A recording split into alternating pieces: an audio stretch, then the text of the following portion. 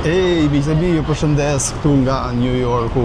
Jam me mikun tim Olsi Beci dhe thjesht po bëj një video të shkurtër me Olsin se si është eksperienca e Olsit këtu në Amerikë, se si ja ka dalë ose çfarë vështirësish ka patur Olsi kur ka ardhur këtu, sa kohë ka që ka ardhur dhe thjesht është eksperienca e një shqiptari këtu në New York. Dhe duke qenë se Olsi punon dhe jeton këtu në Manhattan, këtu në New York, thjesht dojë të bëja disa pyetje Olsit dhe mbase për disa shikues që do ta shohin këtë video mund të jetë interesante ose kanë kuriozitet të dëgjojnë dhe të shohin se çfarë do të thotë Olsi këtu nëpërmjet kësaj videoje. Mirë Olsi, përshëndetje. Përshëndetje përsëri. Këtu jam me Olsi Becin, sepse pak më parë ishim edhe tek dyqani BH dhe bëjmë një video e cila është në kanal.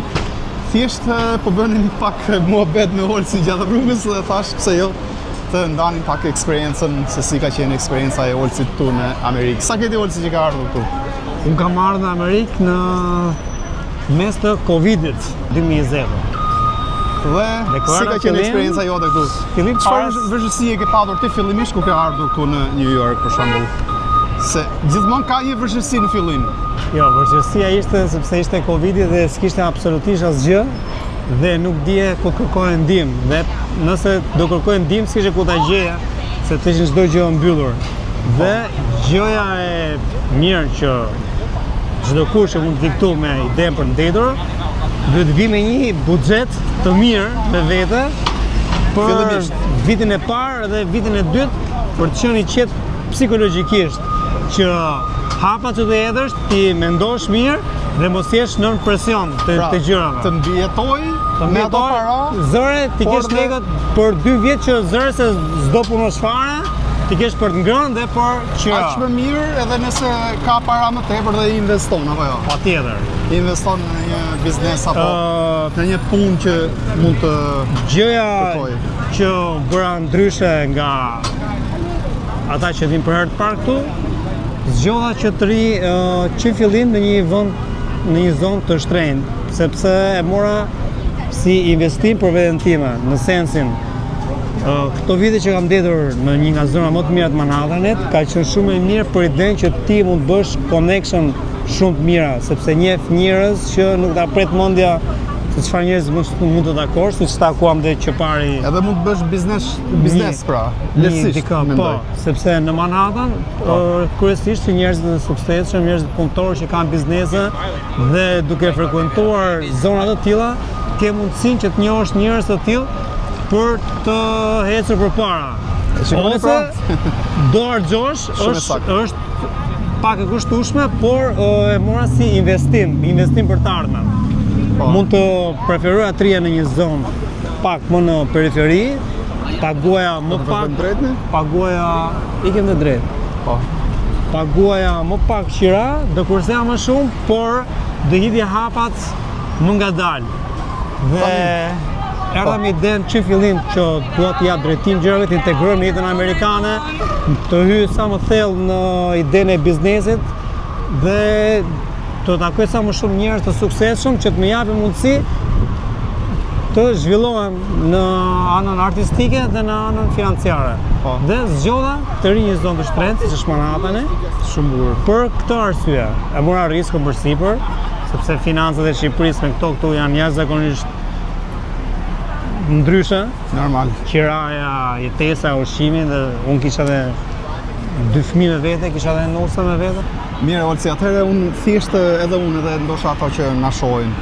Cilët janë gjërat që ty nuk të kanë pëlqyer këtu në New York nga periudha që ka ardhur deri tani, gjërat të cilat mendon se nuk janë shumë të bukura këtu. Pastaj kalojmë tek gjërat pozitive.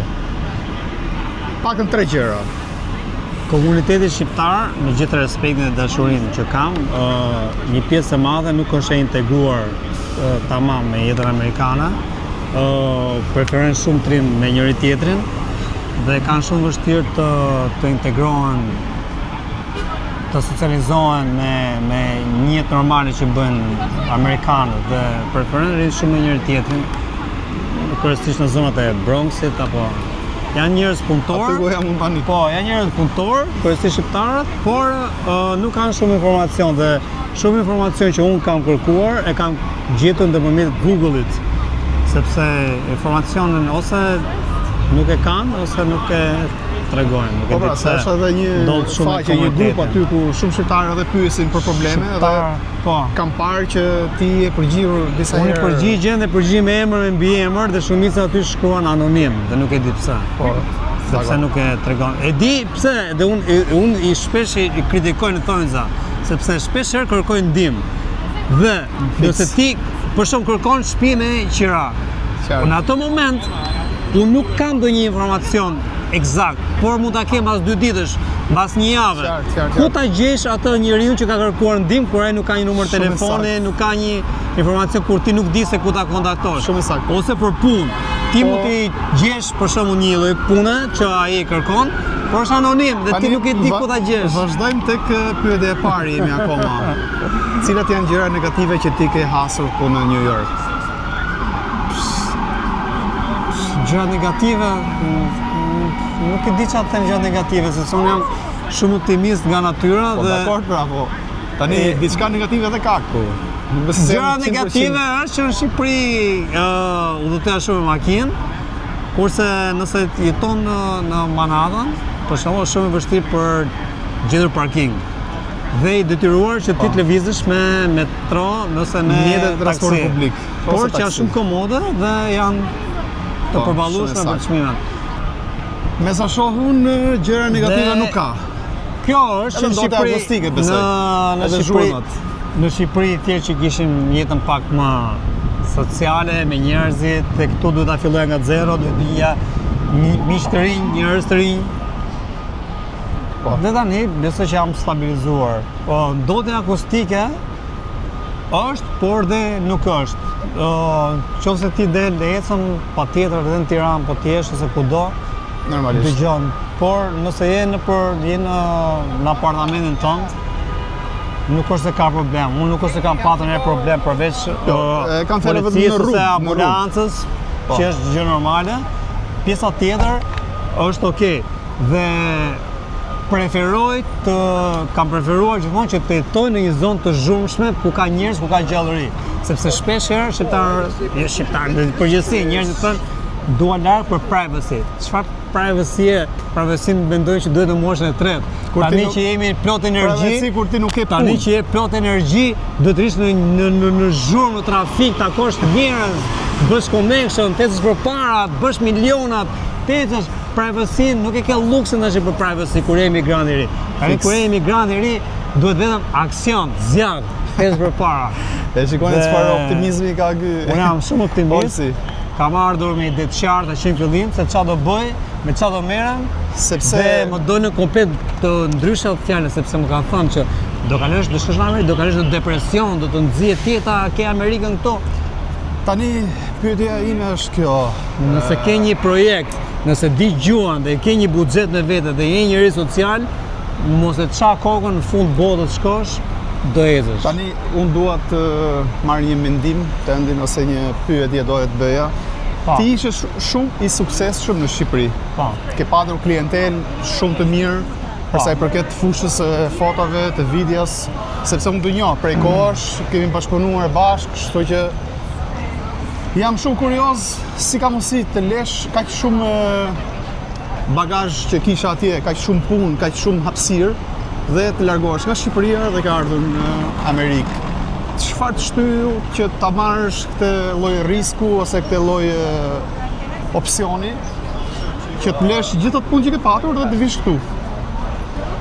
Unë jam tip që më pëlqen të shikoj gjërat me larg pamësi, ku do jem mas 10 vjetës, mas 15 vjetësh, me ritmin e jetës që kam. Dhe duke ditur që kam 2 fëmijë të vegjël dhe me gjithë dashurinë dhe mallin që kam për vendin tim, mendova dhe analizova që një ditë gocat e mia dua që të bëhen të suksesshme dhe do duan që një ditë të hikin nga vendi jon me themi keqardhje. Dhe mendova pse mos ikit e unë në të njëjtën kohë dhe të rritemi bashkë me familjen, të rrim gjithmonë bashkë njëri tjetrin. Sepse do vi një moment që si çdo një pjesë e madhe të rinjve që kanë ikur dhe moshat prindërit i kanë lënë në Shqipëri. Po. Dhe nuk doja që një ditë ta përjetoja këtë lloj emocioni që fëmijët e mi t'i kisha jashtë dhe unë vazhdoja të rija atje. Po. Dhe thash, mendova që fëmijët e mi do rriten të shkollohen dhe do doja që unë t'isha afër tyre. Nuk po them se do i kem gjithë jetën të do jetojnë me mua, por gjithsesi kur je në të njëjtin qytet, je në të njëjtin vend, Po. ndihesh më mirë dhe nga Përsa psikologjika. Amerikën dhe jo Europën? Unë kam jetuar 8 vjet në Itali, unë jam me dokumente italiane, i kam akoma dokumente italiane, kartë sojourno, që quhet. Dhe Amerika mendova që ka më shumë mundësi se sa Europa, të patë nga Italia, sepse kam jetuar 8 vjet në Itali dhe di se sa të ardhura apo nga ana financiare se si mund t'jesh në Itali. Dhe për gjithë ata që nuk e din, është një mënyrë e artë për artistat që të vish të jetosh në Itali në mënyrë të ligjshme që është Artist Green Card, për të cilën dhe unë aplikova. Nëse ti plotëson kushtet e kësaj lloji kategorie, mund të aplikosh për këtë lloj vize që quhet EB1 dhe ti mund të pajisësh direkte me permanent resident ose me green card. Kjo funksionon për ata që kanë lidhje me artin më shumë dhe. Jo, është lidhje për artin, për make-up artist, për fotograf, për kameraman, për muzikant, për kërcimtar, për gjithë këto kategori njerëzish që i plotësojnë këto lloj kushtesh. Do të kenë referenca të mira, do të kenë personazhe televiziv, do të kenë pat një çmim ndërkombëtar, do të kenë qenë antar jurie. Janë disa kushte që nëse i plotëson, mund të aplikosh fazat të cilët ti ke plotësuar, kështu që ke përfituar dhe që kjo lloj mundësie ishte e ke përfituar me green card apo jo? Po. Je me green card tani apo? Jam permanent resident. Po. Shumë shpejti do aplikoj edhe për pasport. Shumë bukur. Por do t'jesh optimist, sepse është vend shumë i madh, është shumë i egër dhe do t'jesh optimist. Tani si e parashikon ti zhurma e trenave, metrove? Po si e parashikon ti Njërë ku është 5 kate nën tokë, janë 5 kate me trena të ndryshme. Si e parashikon ti Ols largimin e shumë të rinjve dhe braktisjen e tyre nga shumë të rinj nga vendi ynë? Si e parashikon pas, për shumë 2030-ën? Nuk ka asnjë gjë të keqe, sepse gjithë njerëzit duhet të provojnë, bëjnë eksperiencat e veta. Duhet të ecë, nuk ka asnjë gjë të keqe të emigrosh. Për partur, ja kjo është akustika, ndotja akustike. But it's okay. Është qytet me 8 milion banor në New York dhe. Po pra, pikërisht. Është normale që të kesh këtë gjë që me kaq shumë banor, me kaq shumë intensitet që ka normalisht ka një super organizim. Policia dhe ambulanca vin për 3 minuta, ndërkohë që ti e kam nga eksperienca ime me ambulanca. Ambulancat dhe spitalet janë private, nuk ka fare shtetërore? Jo, ka shtetërore, patjetër që janë shtetërore. Janë shtetërore, sepse ka shtetërore. Dëgjova dikë që më tha, sikur janë private dhe do të paguash për çdo gjë. Jo, nëse ti vjen këtu mund të bësh siguracionin dhe s'paguan absolutisht asgjë. Siguracionin. Okej. Ka dhe private, ka dhe shtetërore. Patjetër që ka për të dy llojet kategoritë e njerëzve. Afërsisht rroga mesatare, sa është këtu në New York mesatarisht? Mesatarisht është këtu marret me orë, është $20 ora për një punëtor të thjeshtë. Kamarierët e kanë diku te $18 një orë punë, plus ka dhe bakshishet. Për hotelin po ja jap unë një përgjigje. Hoteli më i lirë është rreth $100. Të paktën aty ku jam unë tani, në Bronx. Në Bronx. Po pra, në Bronx, sepse këtu ishte 200, 300, 2000, 3000, kishte çmime shumë të kripura.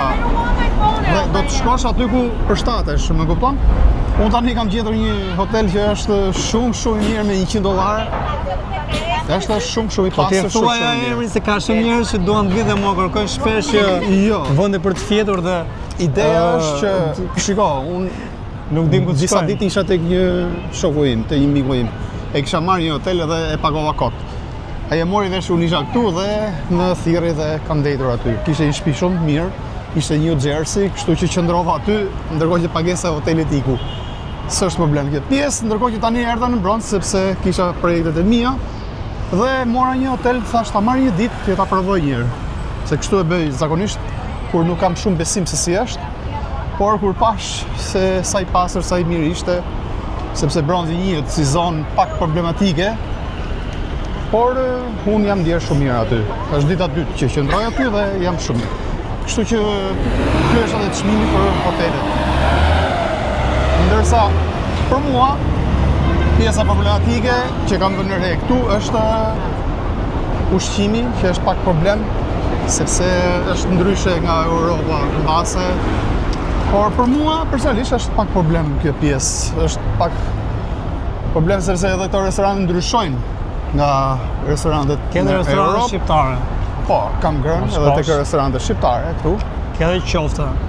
Po, kam ngrënë qofte, kam ngrënë pilaf, kos, Mos e madje bëj, kishte mos e New bëj Jersey- të egzageruar se Në New ka- Jersey kishte një kos fantastik aty që Po. lashna mora 2 pjata rresht. Domethënë, po, që se të merr malli, që se të merr malli për paçe. Okej, kishte edhe- paçe, apo kishte pas edhe dhe paçe. paçe. Unë 50 tu se kam bërë Po unë nuk paçe. e hap dot atë. Dje Berdi e gjej ku ka paçe. Me që Unë nuk e merr ha malli dot. për ushqim Shqipëri. Por Dakor, pra, dakor.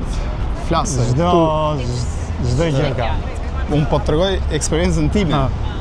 Më merr malli Tani, vetëm, më merr malli vetëm ti si e për kafe, bën- për ekspresin. Kur, po, edhe ato janë më të mira në Shqipëri. Për atë Po. janë. Sepse Që janë këtu- janë. Këtu nuk e preferoj shumë ekspresin, kanë të kafe amerikane. Po. Tani diçka tjetër për t'i dërguar këtyre, nëse ke diçka për të shtuar ti Ols. New Yorku është vend shumë i madh, është vend i mundësive.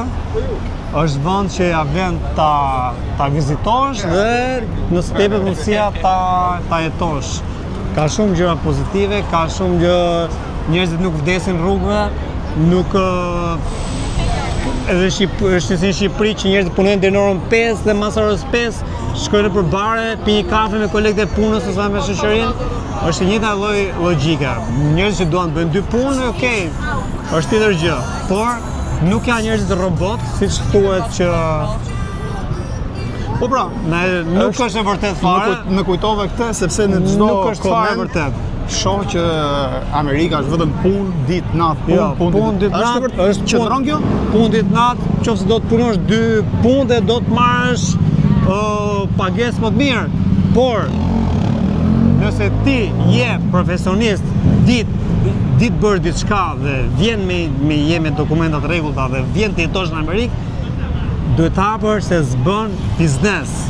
Dhe nuk e nevojë fare për njohje, sepse këtu funksionon shumë Google Ads, funksionon LinkedIn, funksionojnë rrjetet sociale për marketing, për çdo gjë. Nuk është e thonë që duhet të hap një biznes dhe nuk kam njohje, s'është fare vërtet. Merre, hape, bëj me pagesë, reklamë, promotion dhe kam për të ardhur klientët vet. Dhe nëse ti je profesionist, duhet patjetër të hapësh një biznes, nëse ti do të ecësh përpara, do të bësh pare, do të ndërtosh reputacion, do të kesh një lloj shoqërie me një nivel të caktuar njerëzish. Qofse do të punosh thjesht për të marrë të pagesën në fund muajit, fundjavës e kanë këtu zakonisht, varet çfarë lloj vizioni ke. Pra, Por kjo pjesa ideja që- është për New Yorku është për gjithë njerëzit që duan të bëjnë biznes. Por çdo që kënd që vjen, mund filloj me rrok, patjetër se do jetoj, nëse të integrohet në metën amerikane. Por Jo, është ideja ajo është shprehje që pusimi është bëj biznes. Amerika është sepse punë ta ditë jep natë. mundësinë.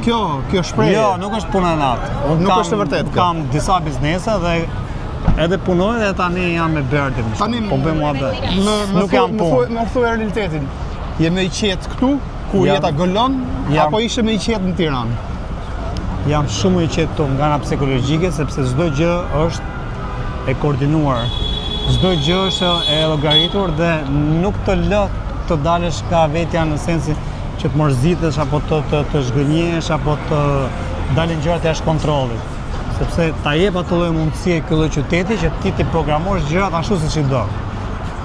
Tjetër gjë pastaj nëse ti do të bësh një jetë tjetër dhe ja lë ditës sot për nesër. Por dhe unë e vë në Google Map. Sa do të shkoj te Berti? Ku është Berti në këtë lloj adrese? Dhe funksionojnë çdo autobuset, metrot janë korrekte. Jo, ato i kam parë sepse ti e di kam për shembull. lëvizur vet. Dhe ti e llogarit që këtu për shembull, ti je më i qetë. Ka një tjetër restorant që po kalojmë tani. Këto janë rrugët e Manhattanit. Edhe policët e Manhattanit. Po, si? Policët e Manhattanit. Po, policët. Janë shumë të sjellshëm. Shumë të sjellshëm. Më është dashur që të pyes për ndonjë adresë, për ndonjë gjë, gjithmonë i kam pyetur policët dhe janë shumë të sjellshëm. Nëse vini për çdo lloj pyetje që mund të keni, përdorni edhe ChatGPT sepse është jashtëzakonisht Funksionon shumë mirë për gjërat që ju doni të dini këtu në po, edhe nuk New keni York. nevojë fare të allakateni. allakateni apo pyes për këtë gjë, këtë pyes për atë gjë. Kështu që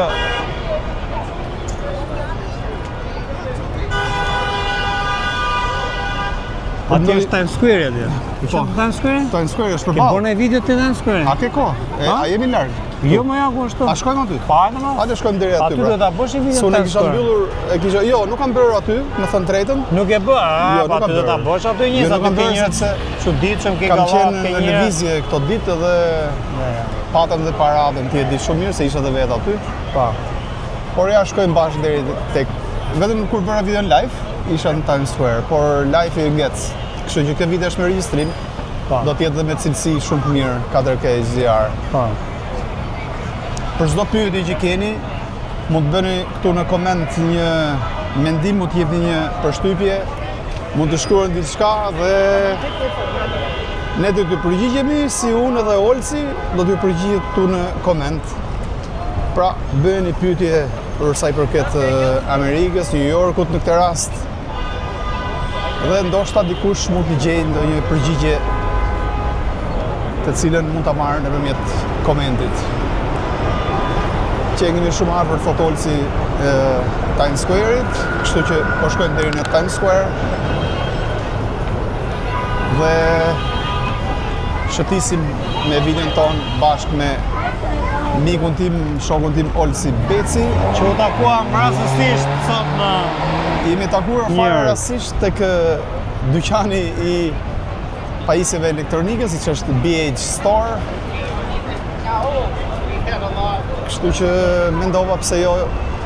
Realisht ne po bënim bisedë shoqërore bashkë, se si duket Amerika, se si janë gjërat këtu. Dhe mendova pse jo ta bëja pyetje përgjigje me Olsin, dhe ndoshta t'i vija në ndim edhe atyre që do duan të pyesin apo të marrin një përgjigje nëpërmjet videos tonë. Duken dritat që janë atje, është shumë afër Times Square. Bashkë me Olsin do të shkojmë aty dhe do t'i ndjekim pamjet bashkë deri në Times Square. Ka qenë shumë nxehtë këto ditë këtu në New York. Kanë qenë temperatura përvoluese, është dita e parë pas kaq ditë që unë po eci dhe po shëtis në një kohë të tillë, në një mod të tillë të freskët. Kam takuar shumë shqiptarë këto ditë.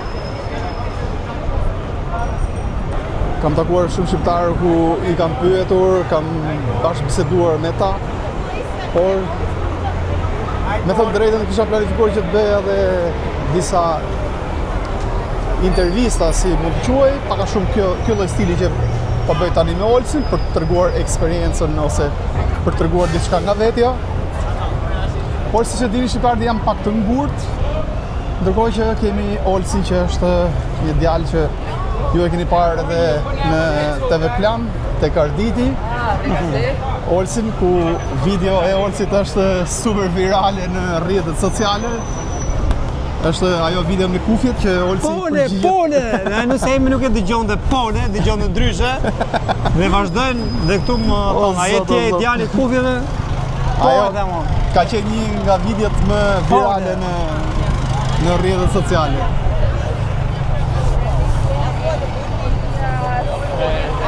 Nxitojnë pak për të kaluar në anën tjetër, ka qenë shumë virale ajo video, Olsi. Po, vazhdojmë me qenë akoma. Po, e kam parë. Fitova makinat e Po, se çmimi final ishte një makinë. Tani këtu është shumë përhapur kjo ideja e këtyre kështu që bëjnë foto dhe ti paguhen në atë moment. Domethënë këtu ta fusin në lezet, ëh? Po, po ti je turist, po. Mirë pra miqtë, atëherë jemi tashmë në Times Square. Unë nuk e di saktësisht, por Olsi e njeh në plën të dorës vendin këtu, kështu që do të na orientoj më mirë Olsi. Është vendi më i fotografuar këtu në New York. Si që shini dhe ka blerë dhe sa bleve Olsi? $2.000-3.000 aparatin. Po. Ta provojmë. Po na pëlqeu do ta mbajmë. Po na pëlqeu aparatin Canon. Unë jam tek Sony, por Olsi është tek Canon, kështu që tu ndryshojmë pak tek këto dy marka.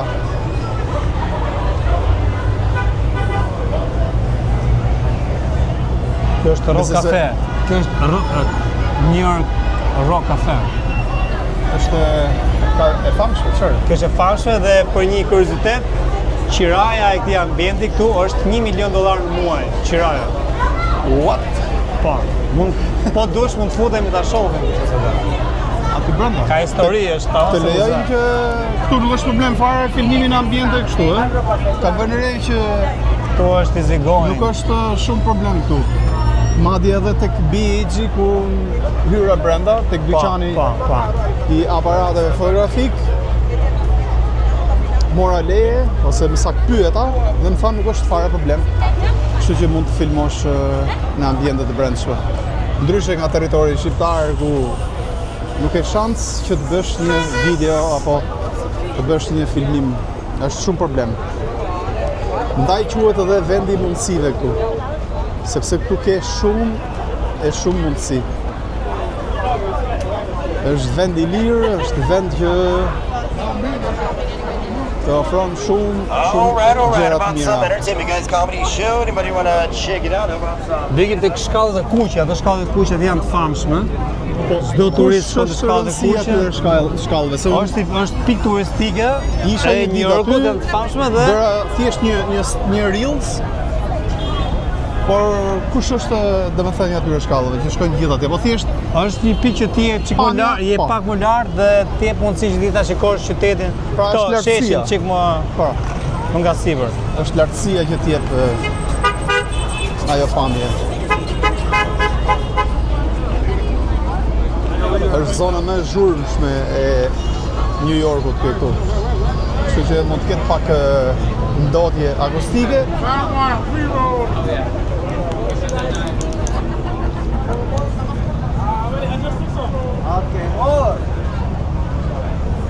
Trafiku këtu është shumë problem. Është normale kjo, sepse lëvizin shumë mjete, shumë njerëz.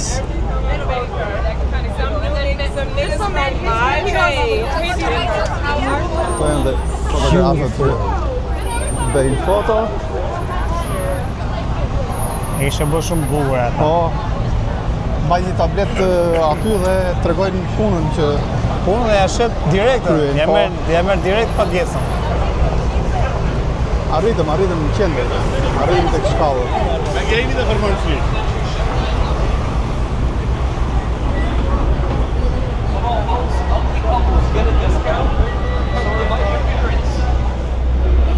Duhet qendra e Times Square, monitorët e mëdhenj gjigant, plot ngjyra dhe dritë. Shumë njerëz që shkojnë e vinë.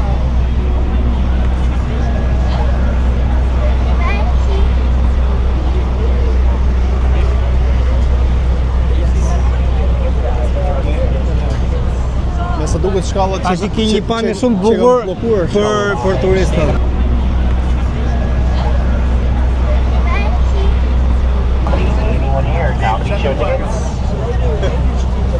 Discount tickets, 5 stand-up Shumë comedy. bukur për turistët. I keni parë në shumë video këto, ha?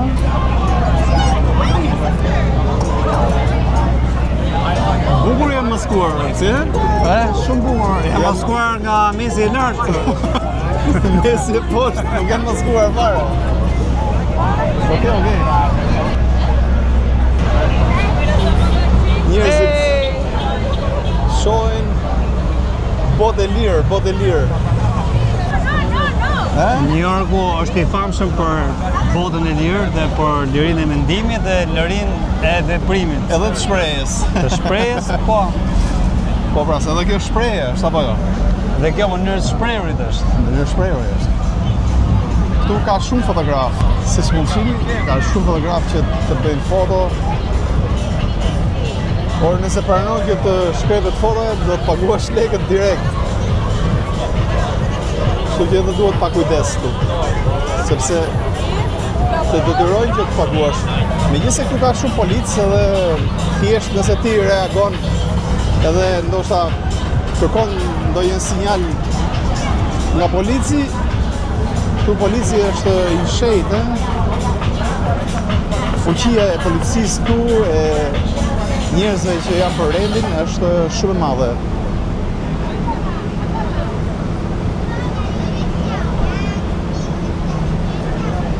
Nëse duket ajo zona të shkallët që nga bllokuar, Shkallët nuk pas mund të kanë hipin mbyllur. dot lart. Nuk mund të hipin dot sipër tek shkallët. Jemi me të kuqe? Nxitojmë Ka pak. problem.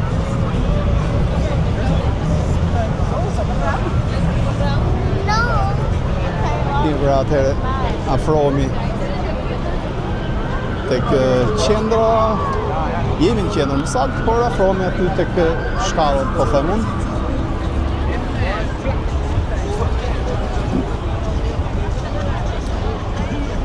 Mund të vesh foto me këto personazhe të famshëm.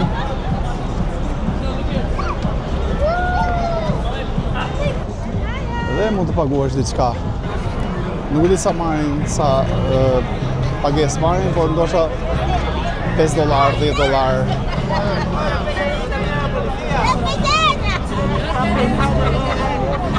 Ka shumë nga ta. Ka shumë të tillë. Está pesando los huevos de Levi, dice. Por shkallët që e kanë bllokuar, fatkeqësisht, e gjithsesi shohim qendrën, shohim këto monitorët këtu. Kjo është pamja e Times Square. Një video shumë e bukur kjo sot, e? Na ndihmoi shumë edhe miku im Olsi që na u ofrua për këtë udhëtim, për këtë lëvizje tonë në rrugët e New Yorkut, ku nga BH kemi ardhur dhe kemi shkuar deri këtu ku jemi tani, tek Times Square. Ke vendi që nuk fle as një minutë. Mirë, bashkë me Olsin, erdhëm këtu në Times Square. Olsi, sa herë ke qenë këtu në Times Square? Vjen shpesh? Po, unë punoj këtu afër dhe e kaloj gati për ditë. Ah, kalon për ditë. Po në... Sepse të marr metron të këtu Po? dhe puna, një nga projektet sepse kam disa. Po. E kam te qosha tjetër dhe Pra ti merresh edhe me fotografinë, me video, merresh edhe me ndërtime construction. Sa kam parë unë. Kam apo? ardhur me idenë për të bërë fotografin, se që kam bërë Shqipëri dhe videon, foto dhe video. Sepse atë e ke këtu. Atë kam këtu. E pra. Por duke ardhur, duke qenë ndetur në një vend të tillë, hapet horizonti dhe Tregojmë edhe pjesën tjetër të Dhe- Times Square-it. kam hapur dhe dy kompani të tjera. Një është në fushën e ndërtimit, kam disa punëtorë që merren me bëj këto rinovime, kuzhina e tjera. Kam një tjetër me kamera sigurie Locksmith dhe jam duke hapur një tjetër me event planner.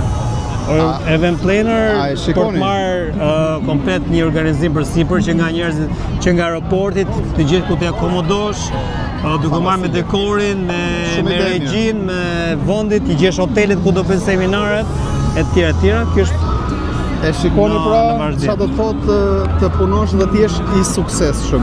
Nuk duhen fjalë, thjesht duhet të kesh pak mend në kokë, duhet të luash pak edhe me rrezikun siç ka patur Olsi në Patjetër, fillim që patjetër. e tha shumë bukur Por që e nuk gjithë- erdha për të ardhur në Amerikë dhe thjesht bëj një punë këtu dhe të rri në periferinë e Bronx apo diku ka tjetër tjetër? në Connecticut. Jo. Janë vende shumë të mira, po janë Queens është larg, jo, këtu afër është Queens. është në qendër. Po kam është pjesë e zgjedhur, qendrës. kam zgjedhur të rinë në Okej. Manhattan. Pra Olsi ka zgjedhur që të qëndroj këtu për arsyet që i tha edhe pak më parë, për arsyet biznesit që ka më shumë mundësi, ka më shumë opsione që të punoj dhe të bëj biznes apo të bëj të ardhura. Kështu që Por e gjitha kjo ka lidhje me fotografinë, sepse sa që shkon për evente luxury, marr me vete dhe business kartat e bizneset si e që tjera që edhe ka. ati Po. personit aty. Shkon për të bërë diçka tjetër dhe jep bën connection për të bërë biznesin Dhe jam i tjetër. bindur që e kape një punë aty. Po ai ishte E mbaruar ajo. shpresoj. Ishte biznes i madh ai. Po, rastësisht. Dhe si ishte, i tham aparatën, i cilërar që ta bën një foto me të dyve. Po pra, dhe më e fort, a? Po. Ai milioner. Prishin? Po. Mirë pra.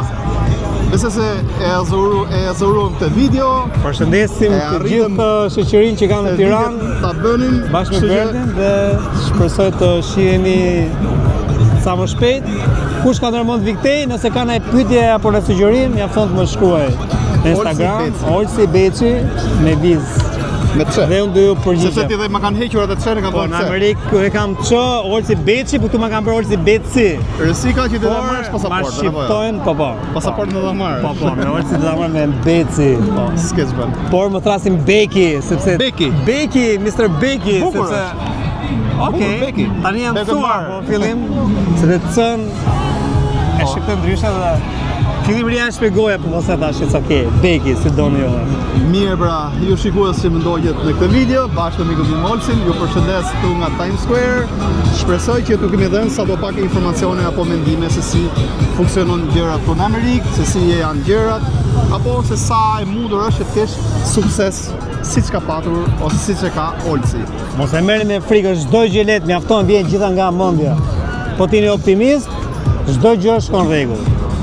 Nga Manhattan, nga New York, ju përshëndes këtu nga Times Square. Kalofshi bukur. Ciao, më shkruani te komentet. Unë dhe Olsi do t'ju përgjigjemi. Mirupafshim. Pafshim.